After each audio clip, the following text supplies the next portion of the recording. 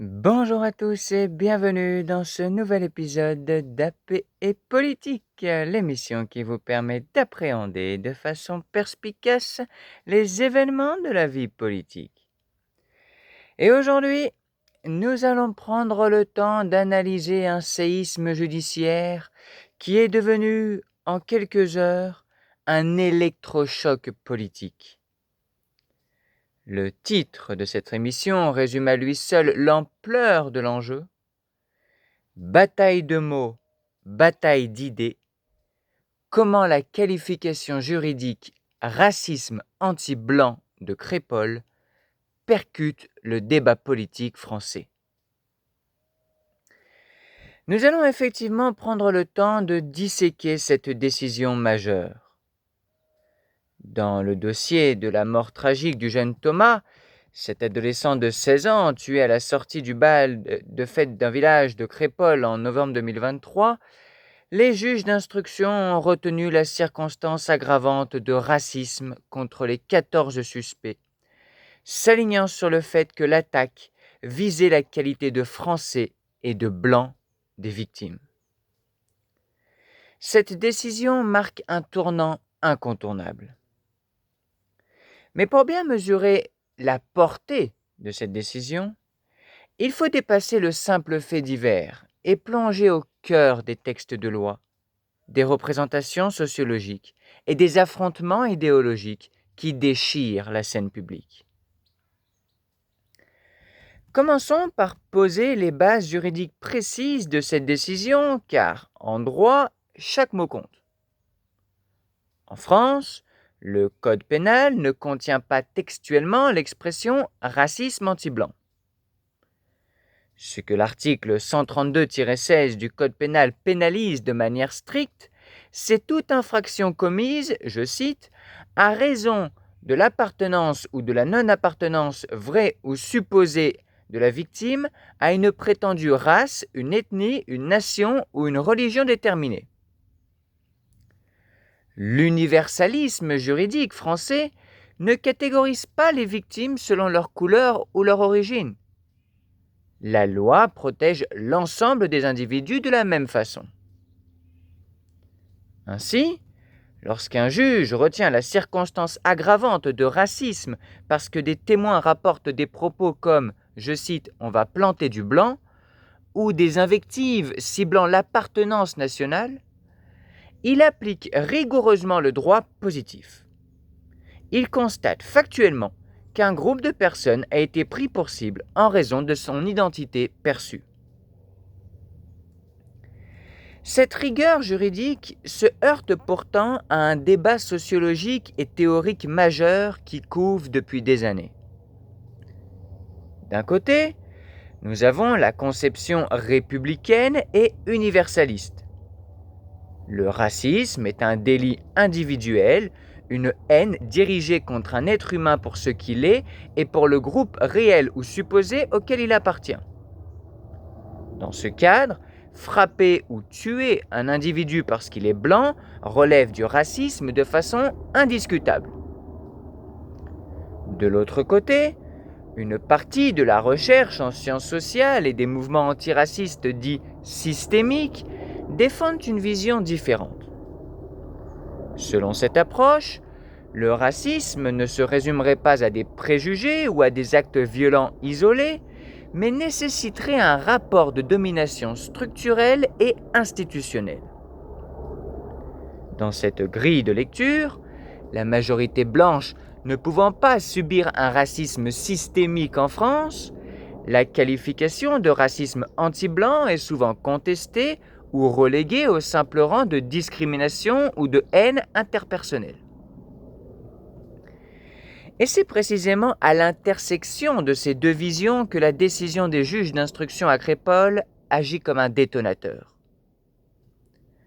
En matérialisant juridiquement la circonstance aggravante, l'institution judiciaire réaffirme la supériorité de l'approche universaliste sur la théorie systémique. Elle rappelle que la justice n'a pas à mesurer des rapports de force sociologiques globaux pour qualifier un crime, mais doit caractériser le mobile des agresseurs au moment des faits. Si l'on observe maintenant le champ politique, l'onde de choc est immédiate et profonde. Dès les premières heures qui ont suivi le drame en 2023, le vocabulaire employé révélait déjà une fracture béante. Là où la gauche et une partie du gouvernement privilégient les termes, je cite, de balles tragiques, de drame absolu ou de violence gratuite, la droite et l'extrême droite parlaient, je cite, de francocide, de razzia ou de racisme anti-blanc.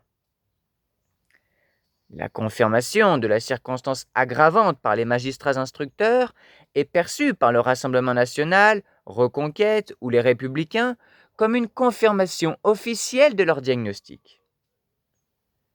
Pour ces formations, la justice reconnaît enfin une réalité qu'elles estiment occultée par les élites politiques et médiatiques, l'existence d'une haine déplacée vers les Français de souche ou les populations rurales. Des élus s'empressent de saluer cette requalification et réclament de combattre le racisme anti-blanc. À l'inverse, l'accueil de cette requalification par la gauche politique est marqué par un silence assourdissant.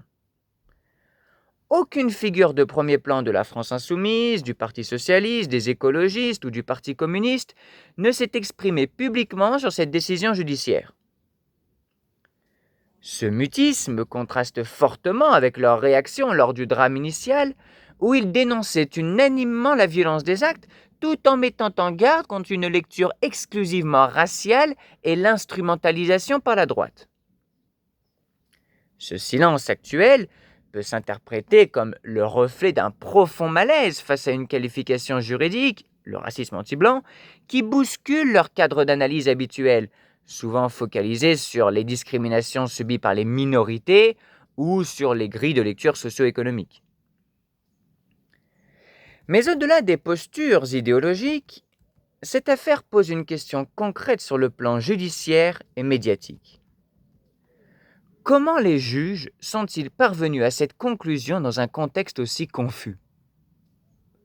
Rappelons que la nuit du drame a été marquée par une mêlée générale impliquant des dizaines de personnes dans la semi-obscurité. Les enquêteurs ont dû mener un travail titanesque d'audition, de recoupement de témoignages et d'expertise téléphonique. Ce qui a pesé dans la balance, ce sont les déclarations concordantes de plusieurs témoins et victimes, faisant état de propos explicitement haineux prononcés par certains assaillants avant et pendant les agressions. La justice ne juge pas des intentions globales, mais des actes et des paroles matérialisés. La qualification retranscrit donc la motivation haineuse retenue contre des individus précis, sans pour autant préjuger du verdict final qui sera rendu lors du procès d'assises attendu à l'horizon 2027. Alors, quel impact cette étape majeure aura-t-elle sur le paysage institutionnel et social français ? En premier lieu, elle brise un tabou institutionnel.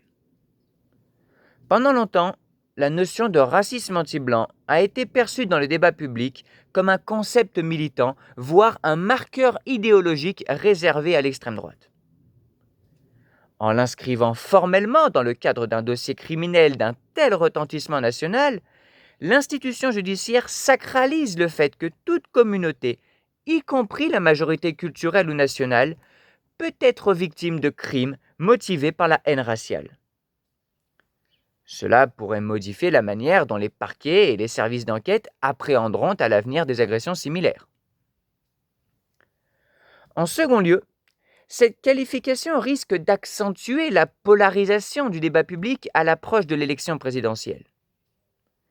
La question de l'insécurité, du modèle d'intégration et de la cohésion nationale se retrouve plus que jamais articulée autour des enjeux identitaires.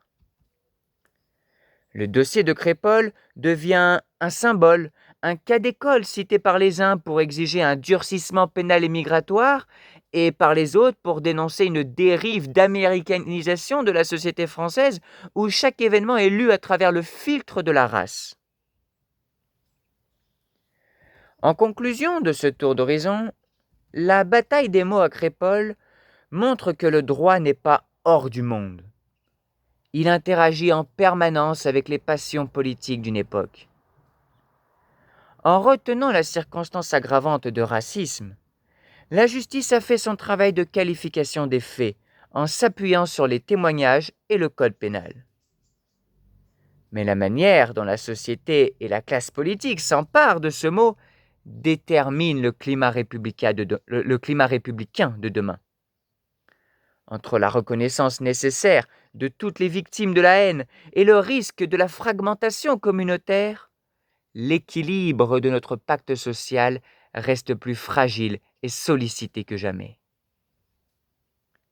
C'est fini pour aujourd'hui. Merci à tous d'avoir suivi cet épisode. N'hésitez pas à vous abonner pour recevoir chaque jour une analyse de l'actualité. Et quant à moi, je vous dis à très vite pour un prochain éclairage de la vie politique.